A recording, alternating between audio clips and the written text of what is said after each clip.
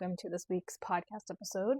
Today we're going to talk about the astrology transits from Monday, August 17th until Sunday, August 23rd. Now we are smack dab in the middle of eclipse season. So we had our new moon total solar eclipse on the 12th last week, and we're about to have our partial lunar eclipse next Thursday on the 27th, which is going to be in Pisces. So we had this Leo new moon, total eclipse, partial lunar eclipse, which is going to be again at the end. So we're literally right in the middle of these two. Someone came up to me today and was like, what's going on with the astrology? People are just acting really funny.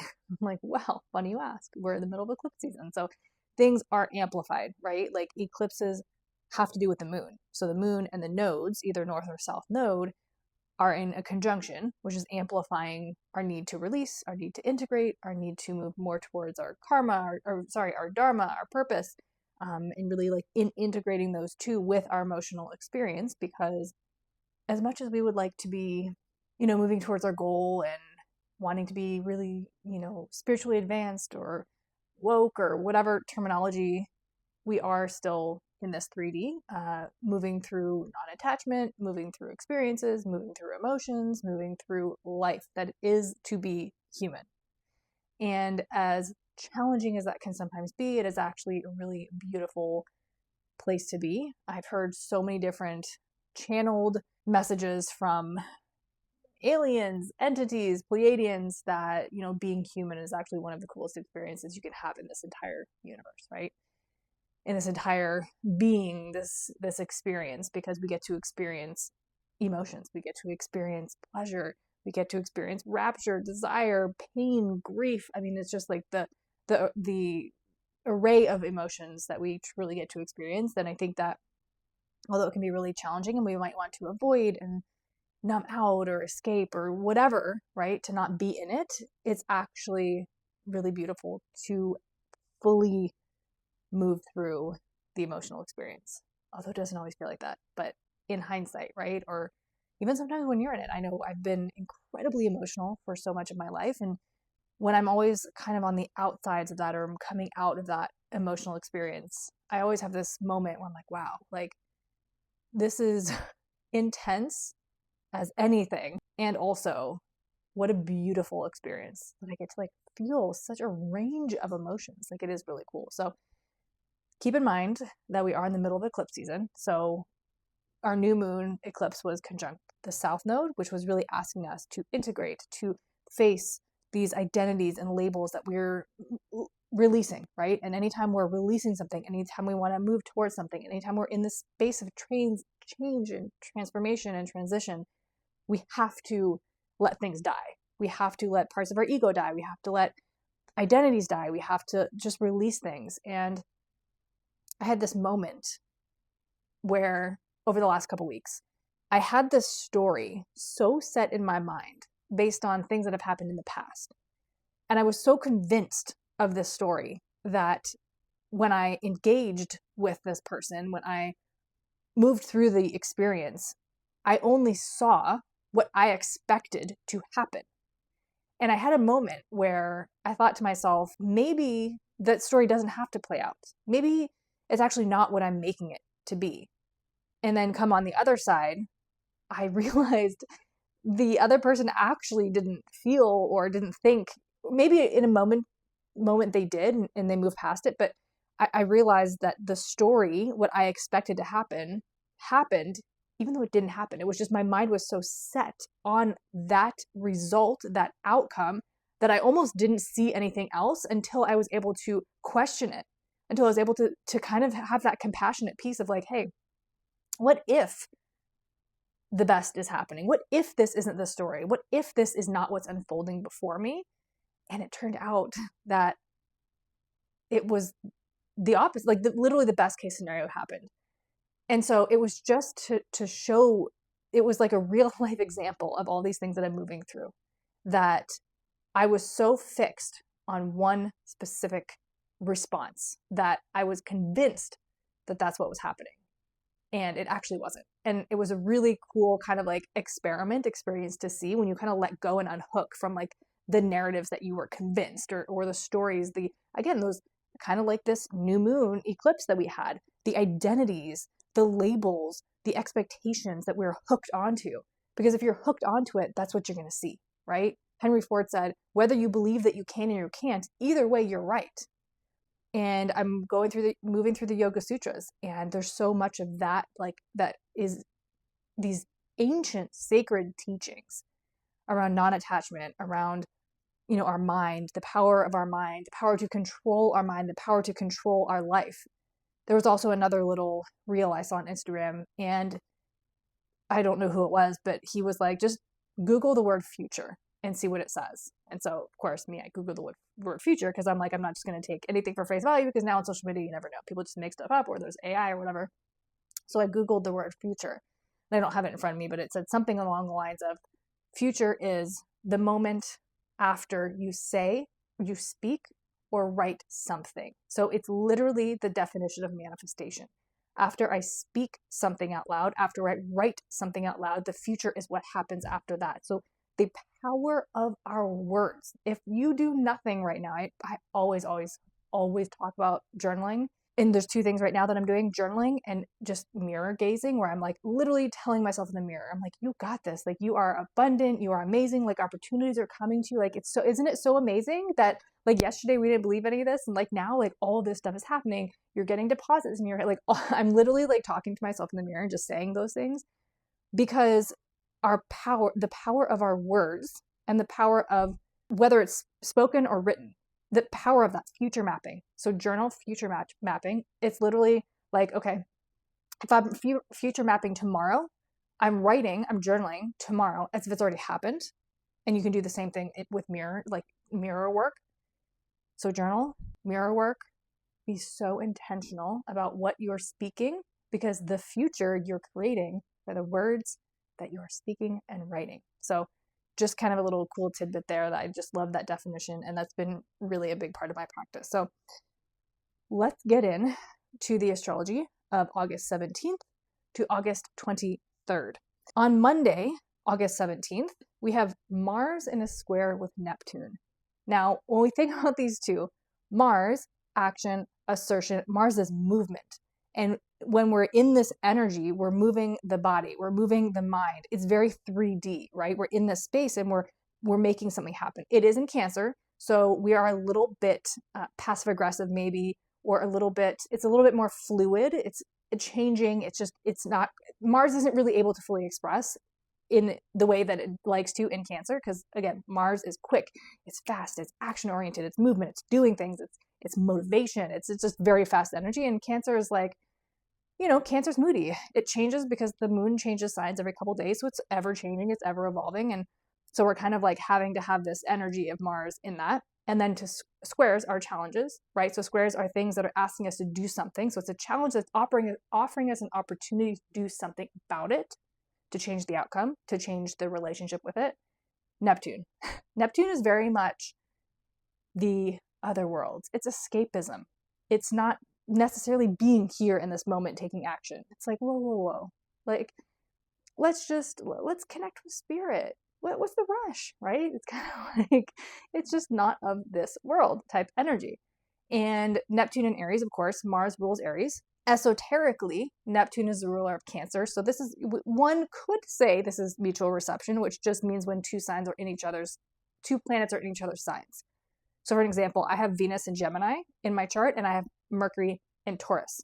So Venus in Gemini, Mercury is in Taurus, which is Venus's ruler, and Venus is in Gemini, which is Mercury's ruler. So this is what they call mutual reception. So if we're looking from an esoteric lens, they're in a mutual reception here, because Neptune is in Aries, which is Mars's ruler. Mars is in Cancer, which is Neptune's esoteric ruler. So in a roundabout way, they kind of are.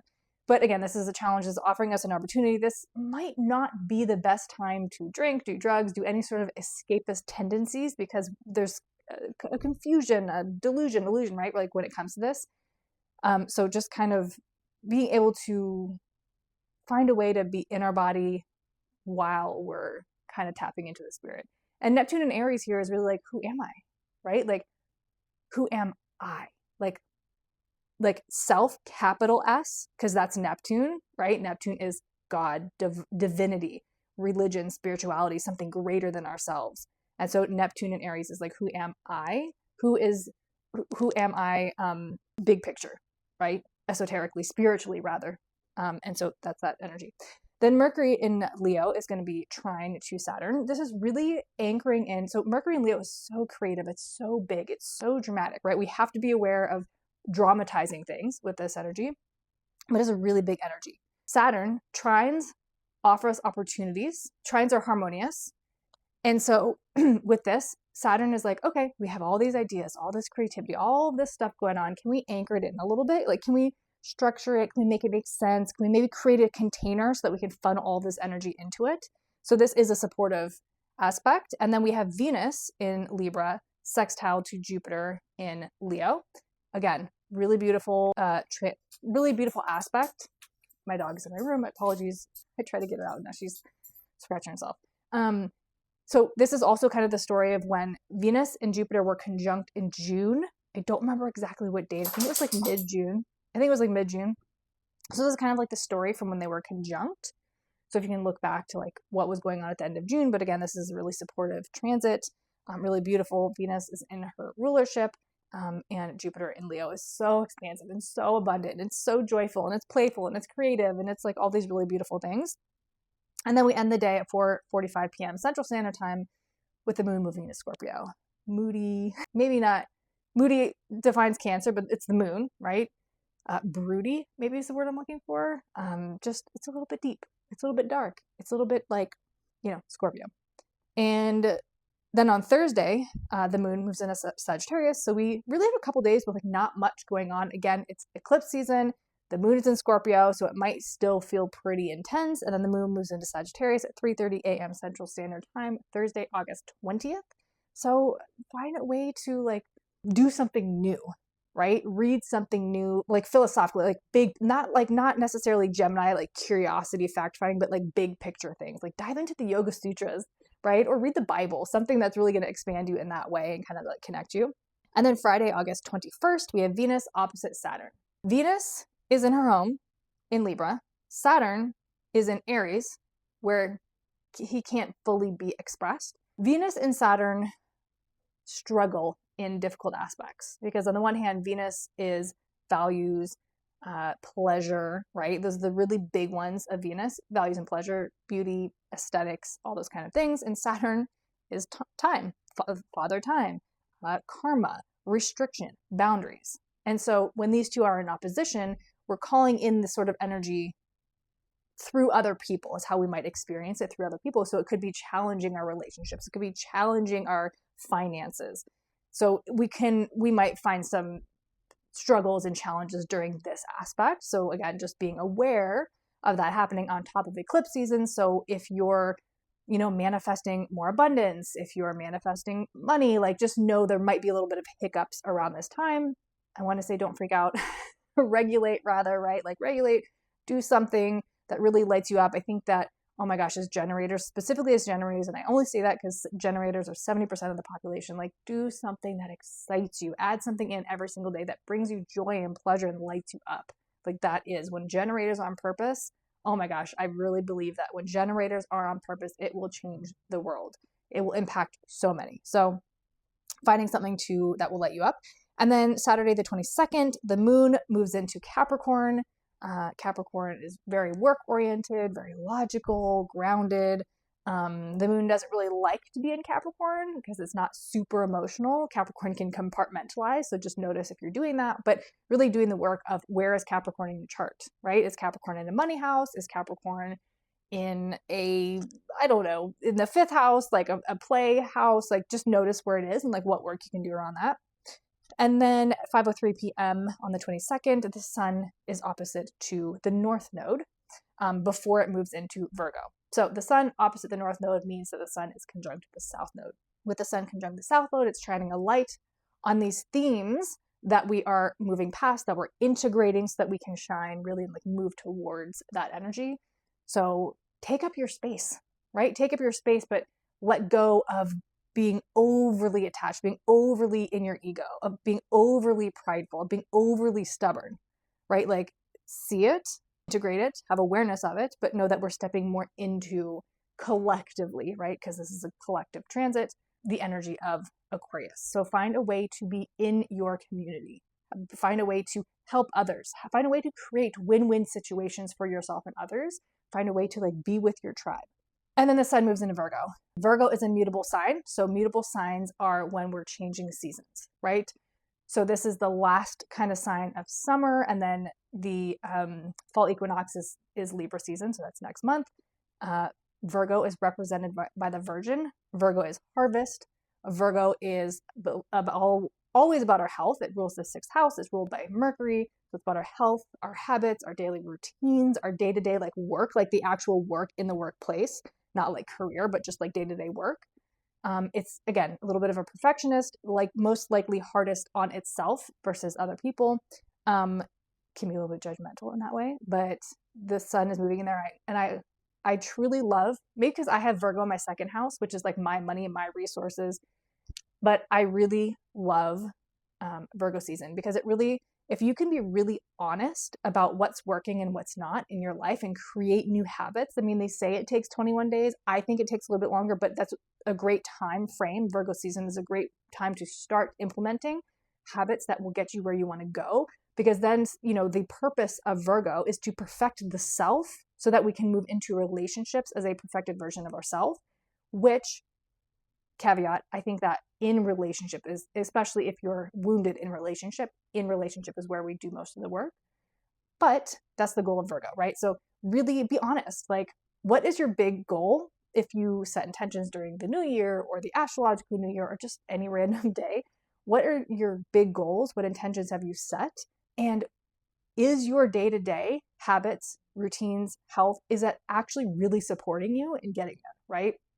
And then implementing could be just a small change, like maybe walk once a day. If you want to go to the gym, if you want to change your body or the things that you're eating, like, especially with food, one, little example is when I was studying holistic health, so I'm a certified holistic health practitioner, and one of the things that we learned about, and I've always really worked with like clients and like everything around, is that when we are like, I can't have this, when we're on like diets, it's very lack, right?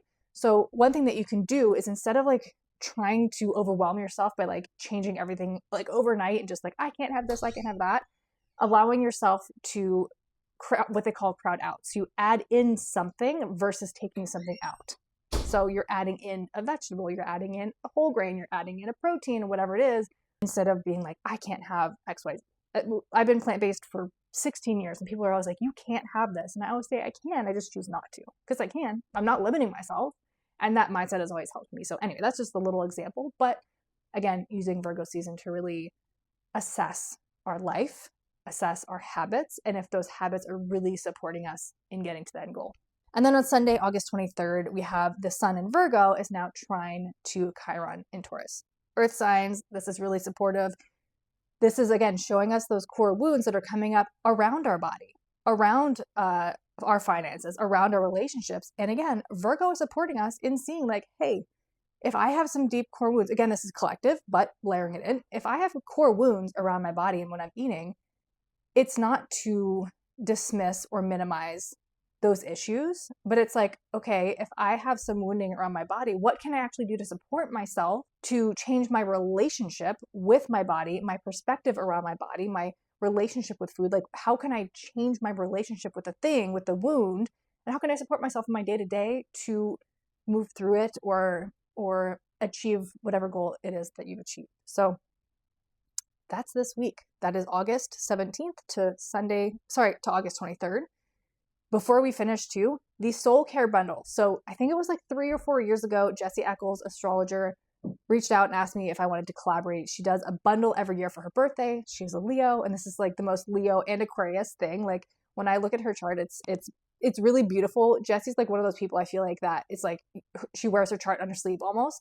And of course, we're all complex beings, but she has a Leo sun and an Aquarius moon and a Sag rising. But I just love that she collaborates with all these incredible astrologers, human design experts, healers, Reiki practitioners, intuitives, Akashic records readers, like so many amazing human beings. And she puts together this bundle. And so there are 15 plus courses in here. This is a Jupiter course. There's like a sacred like rage program in there. There's somatic breath work in there. There's astrology courses in there. There's 3 readings that you get to choose one from. The first 20 people who sign up get to choose 2 of the 3 readings. And it's just so beautiful. I have contributed my destiny reading, which is really looking at your sun, earth gates in human design, your nodes and their gates, your incarnation cross, your Pluto, and looking at the bigger astrology and layering it on and really kind of like reorienting, because so many of us are going through transitions and shift, and it can feel really hard. It can feel really confusing. So this is designed to sort of reorient you and to remember that like core purpose that you have, right? Kind of remember yourself, capital S. So that's what I've contributed to the bundle. You also get a 3-month membership to an astrology membership. It's so beautiful. So the link for that is going to be down below. That is only going to be for this week. So from the 17th to the 23rd, this week only, you're getting that's over $2,000 worth of courses, readings, and for 1 week only, it's $155. And the beautiful thing about this bundle is that you don't have to, and you shouldn't do all of it at once, right? Like it is here. It is a living thing for you to take what you need when you need it to support you through whatever you're moving through. So definitely grab that. I'm so excited to be a part of that. Again, that's going to be down in the show notes. Follow me on Instagram at Rochelle.Christiane, ROCHELE.CHRISTIANE. TikTok, website, it's all Rochelle Christiane. So follow me over there. Share this episode with a friend if you found it helpful. And if you share this on social media, excuse me, if you share this on social media, tag me. I'd love to hear from you. And I will talk to you soon.